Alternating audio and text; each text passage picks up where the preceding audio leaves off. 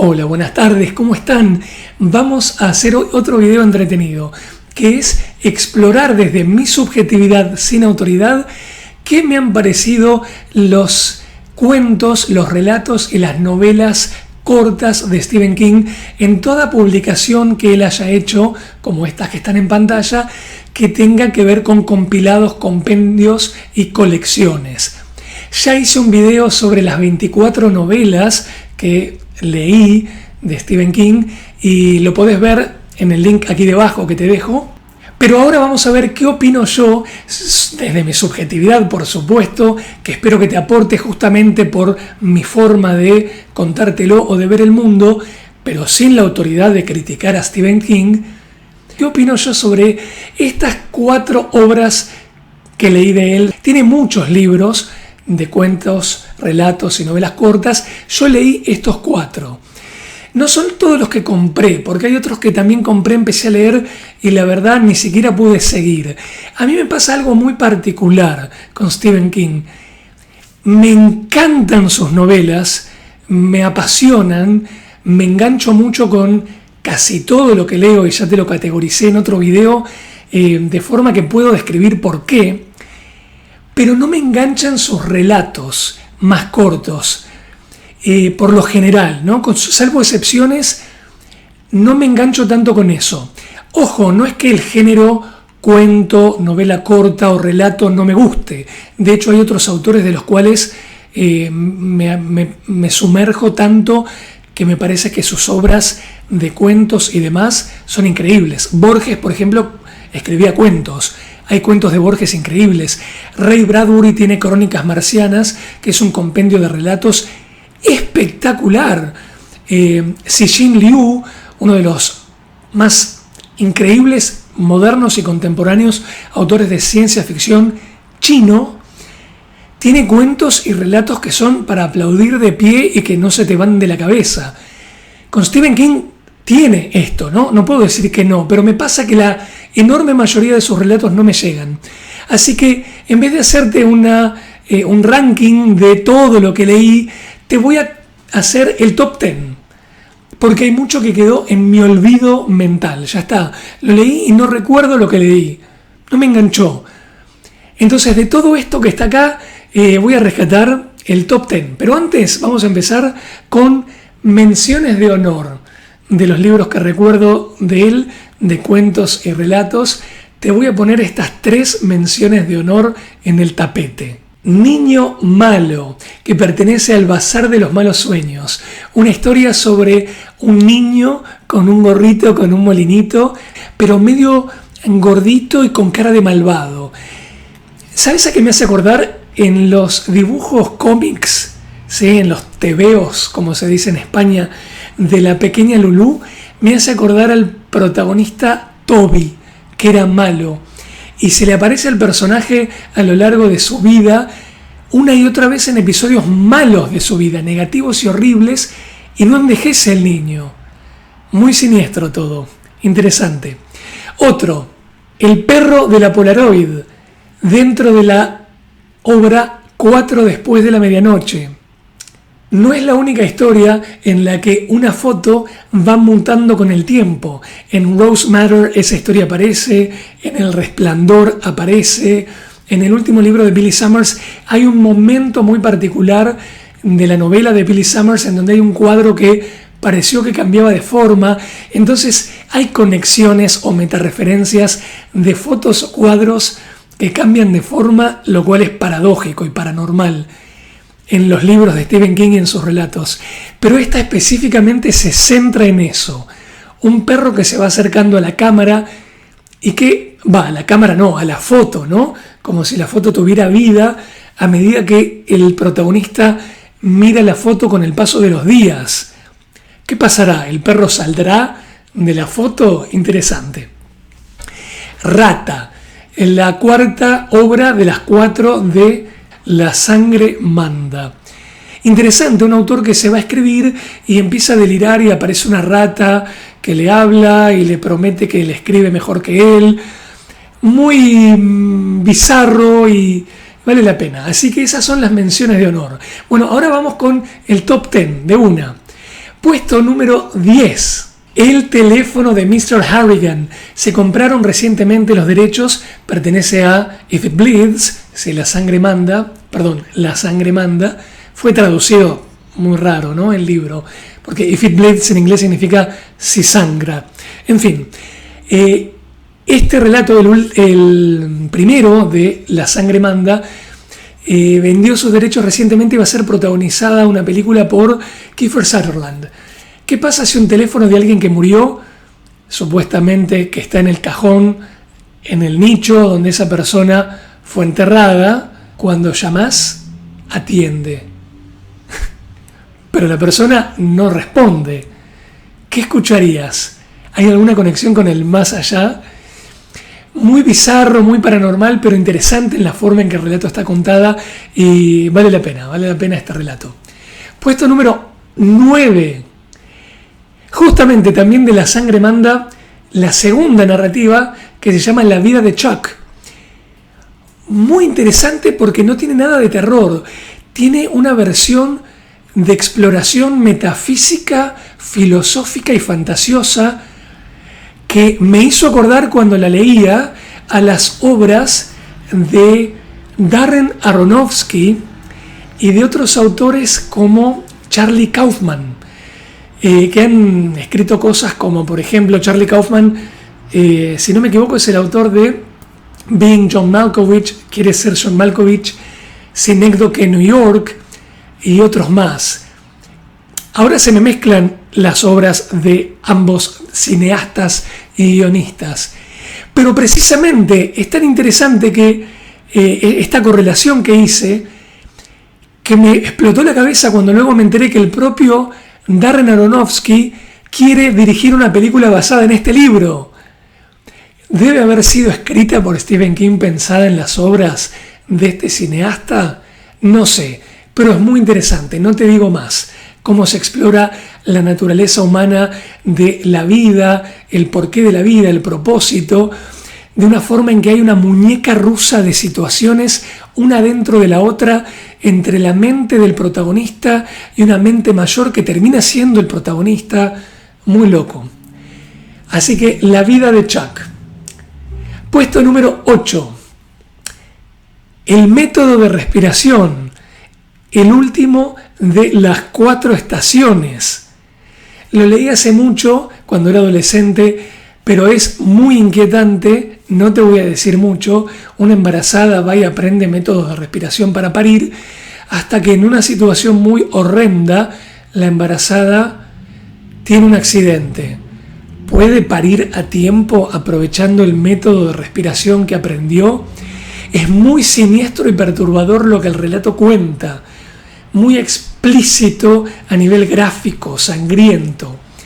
Es una obra de sangre, de terror, gore, pero vale la pena porque juega con eso misterioso de lo inexplicable de la naturaleza humana y hasta, si querés, a pesar de lo sangriento y gore, cómo el instinto maternal, como algo profundo de la biología, puede trascender cualquier superficialidad de la experiencia, incluso si esa superficialidad tiene que ver con un accidente. Puesto número 7. También del Bazar de los Malos Sueños, que te lo mencioné en las menciones de honor. Me encanta porque fue publicado inicialmente para Amazon Kindle en formato digital y desarrolla una historia en la cual quien lee tiene una función en el Kindle de realidades alternativas. Entonces empieza a ver y empieza a leer qué pasaría en un mundo alternativo y se sumerge en esas historias medio de ciencia ficción, que realmente sería el género de este relato. Se sumerge en esas historias de un multiverso. El multiverso está muy de moda hoy en día y en este relato se explora muy bien. De hecho, Rick and Morty, la historia de ciencia ficción, de dibujos animados, que tanto éxito ha tenido y está teniendo en los últimos años, tiene mucho de multiverso, ¿no? ¿Cuánto de Rick and Morty o cuánto Rick and Morty puede haber rescatado de Ur? Este relato hace referencias a la Torre Oscura y a otras historias fantasiosas más. Muy bueno, muy bueno. Puesto número 6. De La sangre manda, La sangre manda, If It Bleeds en inglés. Protagonizada por esta chica que en el cine para mí es la representación perfecta en las obras en las que se representa con esta actriz, de la protagonista Holly Gibney. Holly Gibney fue una coprotagonista subsidiaria al personaje de Bill Hodges, el policía que protagoniza Mr. Mercedes en el primer libro de la trilogía. Y después, esta encantadora coprotagonista termina siendo protagonista de un spin-off. Libros que se independizan, relatos que se independizan. El propio Stephen King, que cuenta cómo escribe y dice que nunca sabe cómo termina una historia, la empieza y ve cómo evoluciona, escucha y asiste como testigo a lo que acontece, no genera una trama previa, fue viendo cómo los personajes sucedían en sus historias policiales más recientes, y esta encantadora coprotagonista le resultó tan encantadora que se enamoró de ella y termina siendo protagonista de otros cuentos. Así que en La sangre manda hay un relato que no te voy a contar qué es, pero se conecta con un libro que yo no leí de Stephen King que se llama El visitante, que parece que gustó mucho, posterior a la trilogía de Mr. Mercedes y demás, ¿no? Finders Keepers, que significa, que se tradujo como Quien pierde paga, y End of Watch, que se tradujo como Fin de guardia. Así que El visitante sigue la vida de Holly Gibney, y If It Bleeds y La sangre manda, posterior al visitante, continúa con la historia de esta coprotagonista, que va a tener aparentemente un nuevo libro, novela completa propia. Muy bueno, divertido, apasionante, aventura, policial, con toque de paranormal. Puesto número 5. The Shawshank Redemption, título original Rita Hayworth y la redención de Shawshank, la prisión de Shawshank. Llegamos al top 5 de este relato, que es el primero de las 4 estaciones.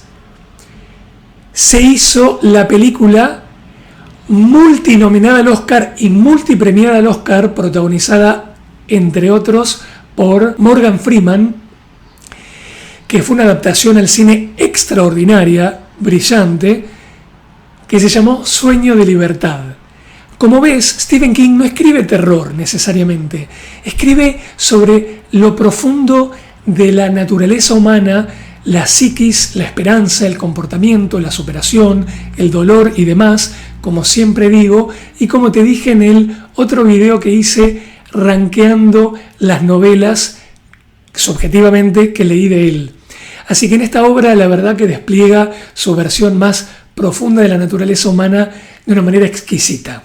Top 5, increíble. Entonces vos me estarás preguntando qué queda para el 4, 3, 2, 1. Vamos adelante. Puesto número 4, Superviviente, de La Expedición. La Expedición es un compendio muy particular porque no existe en inglés.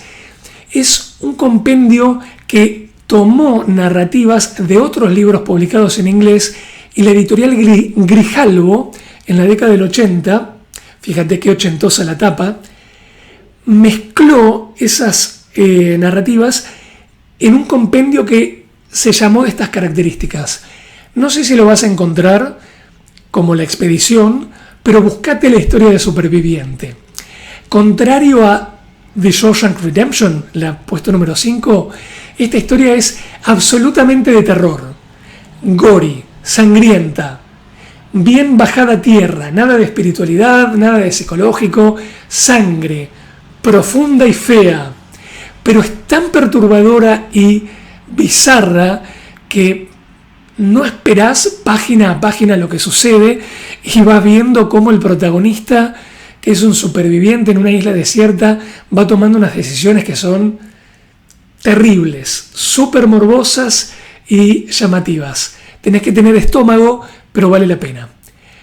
Puesto número 3 de las 4 estaciones también, El Cuerpo, que fue adaptado al cine, también una obra que me parece extraordinaria, como Cuenta conmigo, Stand by Me. Ahí tenés una imagen de la película, por eso la puse ahí en el puesto número 3. La exploración que se hace acá vuelve a ahondar sobre la naturaleza humana. Cuestiones de amistades, qué pasa en la infancia. A Stephen King le encanta explorar la pérdida de la inocencia y la progresión entre la infancia, la adolescencia y la adultez. Es una temática recurrente en Stephen King. Entonces, acá lo hace de forma brillante y tiene una profundidad que vale la pena. La película también. Así que, puesto número 3. Llegamos al top 3. ¿Qué quedará para el puesto número 2 y el 1? Vamos adelante. Puesto número 2. The Jaunt, de la expedición, traducido como La expedición, propiamente dicho. Este relato es una ciencia ficción maravillosa.